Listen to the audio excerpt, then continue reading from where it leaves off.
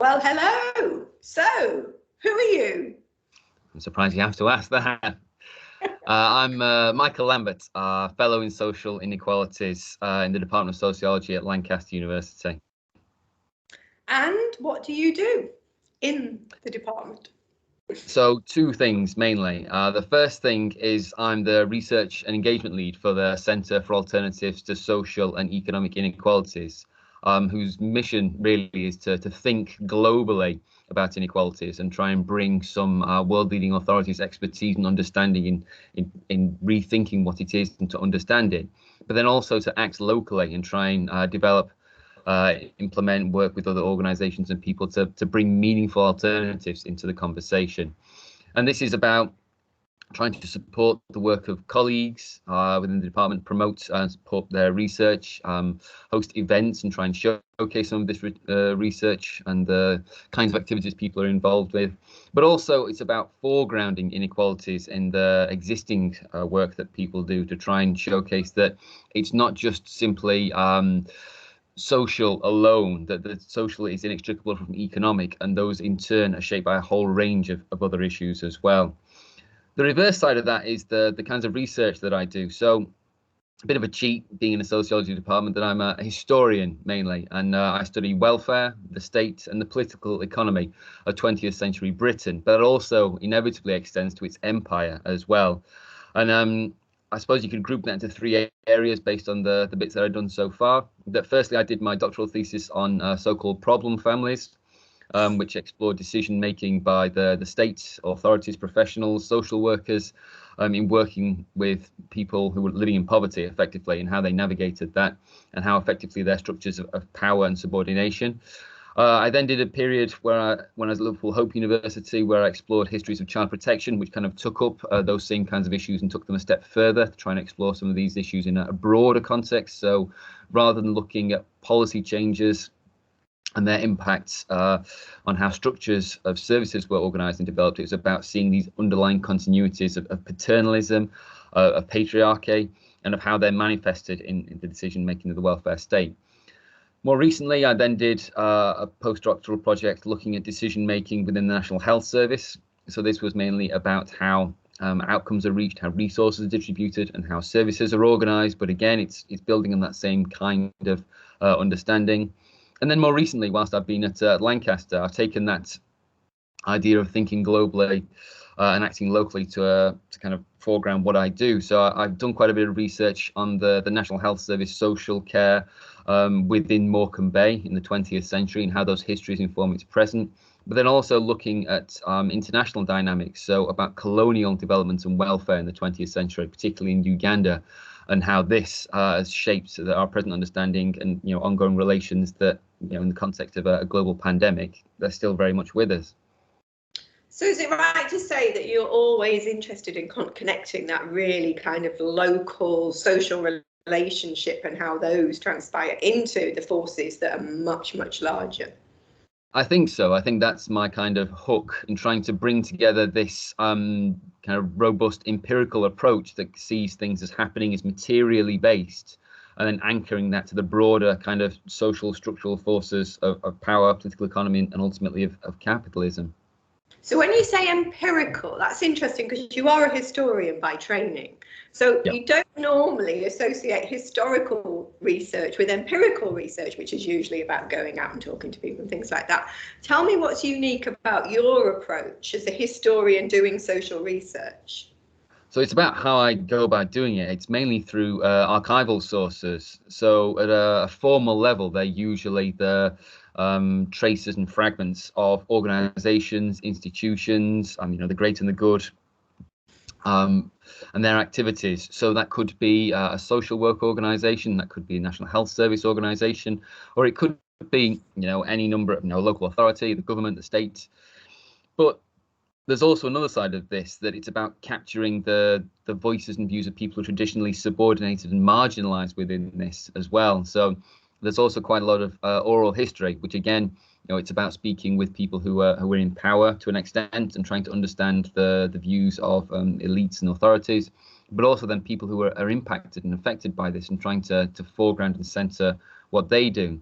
And I think the archival element is important because it's about rereading, I think, the past. It's not a sense that these are undiscovered documents which shine a light and new objective light on what's happened, but about understanding them in a different way. So the way that I try and show this is the stuff that I've done around problem families, where I looked at about 2,000 case files of individual women and their children who were kind of identified as a problem family and subjected to specific forms of state intervention. So I took these records and the kinds of judgments, the decisions that were made about them, that had huge consequences, like where they lived, where they didn't live, whether they kept their children, whether they were put into a mental hospital, access to schooling, whether they're sent to special education, all of these things and these kinds of intimate decision-making processes, I then linked from case files to the local authorities, so education, housing and children, but also often voluntary organisations, religious institutions who are involved in working with these families. And then in turn, at a local level, they're not sort of acting in isolation. They're doing things as part of a broader structure. So I then linked that to the national level within Britain about how they were undertaking these kinds of decisions, how they were implemented, not just in the case study that I was looking at in the Northwest, but also across Britain. But then beyond that as well, what was taking place in Britain with problem families in the 1945-75 period wasn't just confined to Britain. It was taking place in the United States, in Canada, Australia, New Zealand, but these ideas were being exported through colonial understandings of development and welfare. So these same models, ideas, institutions, ideological understandings of children, families, welfare, the role and the proper role of state and government, they were linked as well. So it was then about taking that, working out from the case file back down to re-understand the case file itself and say, look, this is not just a case of professional decision making, a power of local distribution of resources, that this is inextricably connected with these bigger, larger processes. And it's deep, it's granular, but it's about making those connections and showing their inextricable nature, I think. So it's like a chain method in a way. Do you, when you go into I imagine the dusty archive, I'm thinking of Caroline Steedman's book, Dust. Yeah. Always got that image. You're in the dark archive and it's dirty and it's full of dust and you're opening up these old papers. Do you begin there, or do you begin with a kind of broader theory that you take in and start looking for things? I should say, beginning, that most archives, they're very clean, tidy, maintained, All documents are usually very well preserved as well. You've destroyed it's very rarely that you end up covered in dust and things. Okay. So process. I think in the first instance, it was working from the material that I had outwards and trying to understand it and build theories. But as I've become a bit more familiar in doing it, it can then work the other way, that when you know the kinds of things that you're looking for and perhaps gaps, absences, things that should be around but aren't there, then it's a question of taking that existing understanding and working back down. Can you give us an example of something around that kind of linking chain, the movement between the local and the global? Can you give us an example of what you've done? Because I know you've worked on adoption recently, haven't you? Or is there something else that kind of epitomises that particular method? Yeah, I think both of those things are very true. That I've done quite a bit of work based on that kind of understanding of how the welfare state operated around child migration historically, which was, a practice whereby children in supposedly poor parenting environments, effectively they're living and struggling in poverty, and the state kind of acts on their behalf, are taken away, put into an orphanage institution, often against their will, and then transported around the world. So historically, a lot went to Canada, but then because of the poor conditions in which they were kept and kind of exploited as cheap labour, a lot then went to Australia and also to Rhodesia as well. And I mean, the record linkages there are taken from accessing, again, those intimate case files, histories of people, of children who were transported to these pretty dismal places, and then the organizations that sent them there, the circumstances from which they're coming. So again, all these different kinds of sources, and then the relationship between often the organizations. So the one that I was looking at was the Fairbridge Society, and Fairbridge, Kingsley Fairbridge was a Rhodes Scholar, very much the heart of the British establishment. And So taking those records, linking them within government, the negotiations that they had, and it throws up all kinds of kind of concrete examples, a lot of things you think about. So, you know, you talk about race and gender and how they're developed and the place of eugenics, and you look at the medical fitness that was assessed of children, the fact that they're all white exclusively because it's about an imperial racial construct as much as it is about child welfare. And those things interconnect because it's not just the British government who are handling these organisations and these children, it's also the host countries as well.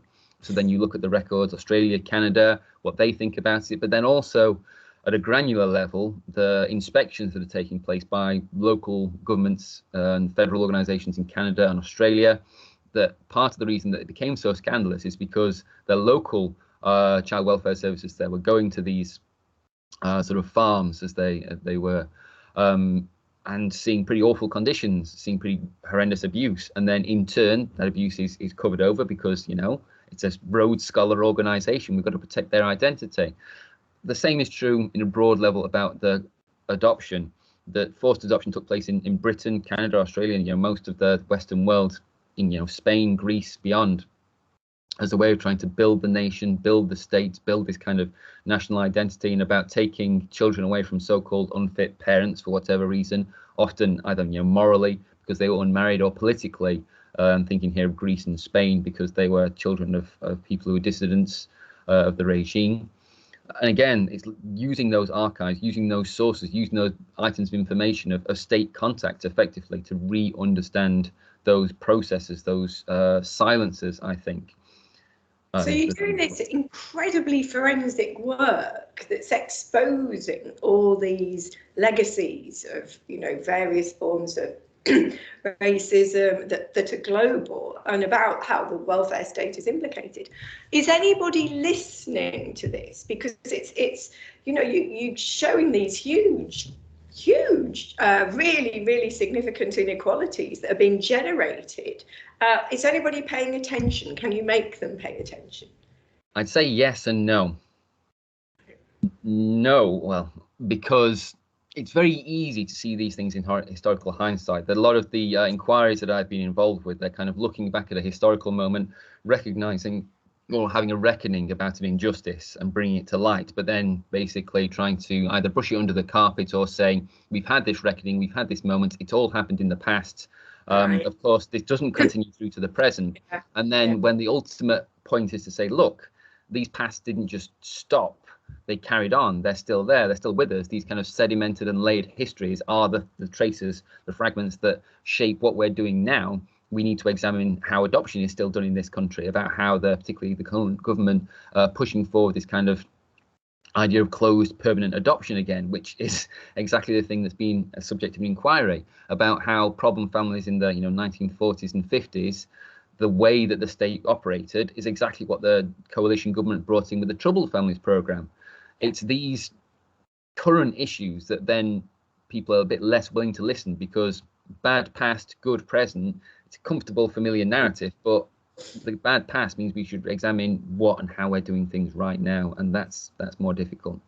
So we really need, I mean, I'd argue completely that we really need this historical analysis, so we stop making the same mistakes again and again and again, which, I mean, with Troubled Families or women in adoption or all the horrors that we know about the treatment, incarceration of both women and children. We need that history. We need to be reminded of it again and again. So are you working with groups locally, nationally, to kind of keep them alert to these issues? I'd say, broadly speaking, I usually have some kind of involvement with a lot of the campaigns and activities about pushing these agendas forward. But I'd say, from a methodological or a personal point of view as well, that it's not about bringing my understanding, my expertise and imposing on other people. I think there's a real need to have a space for people who are impacted by these decisions to have that voice and say, we are directly impacted by these. These are our lives that you're talking about, and bring that to the conversation as well. And I think it's important to support their activities, to foreground them, and to make those a key part of the conversation, rather than it just being about outside ivory tower understandings. I think there's obviously a place and a role for my kind of expertise and the kinds of forensic, I'm going to borrow that, I like that, examinations that I do. But I think as part of this process of redress, there's a real way to make sure that people who are, at the receiving end of these, to be really have their voices foregrounded and to actually be heard, listened to, and understand the ramifications of this. Yeah, I actually think it's really, really important, and it's making me think we need to do a whole thing on it, a whole session on it, because we do forget, and often, as you say, it's kind of willful ignorance. People do not want to know, and so I think, it's really important to keep reminding them so they can't forget that these things happened and that they're still happening. Exactly. And that's the real importance. Well, thank you very much, Michael. Great to hear more about what you're doing, and I hope people can kind of follow through on the method more as well, because I do think sociologists or social scientists or those interested in inequality can actually learn a hell of a lot from historical digging from those legacies. It's really, really important. So thank you. Thank you, Ev.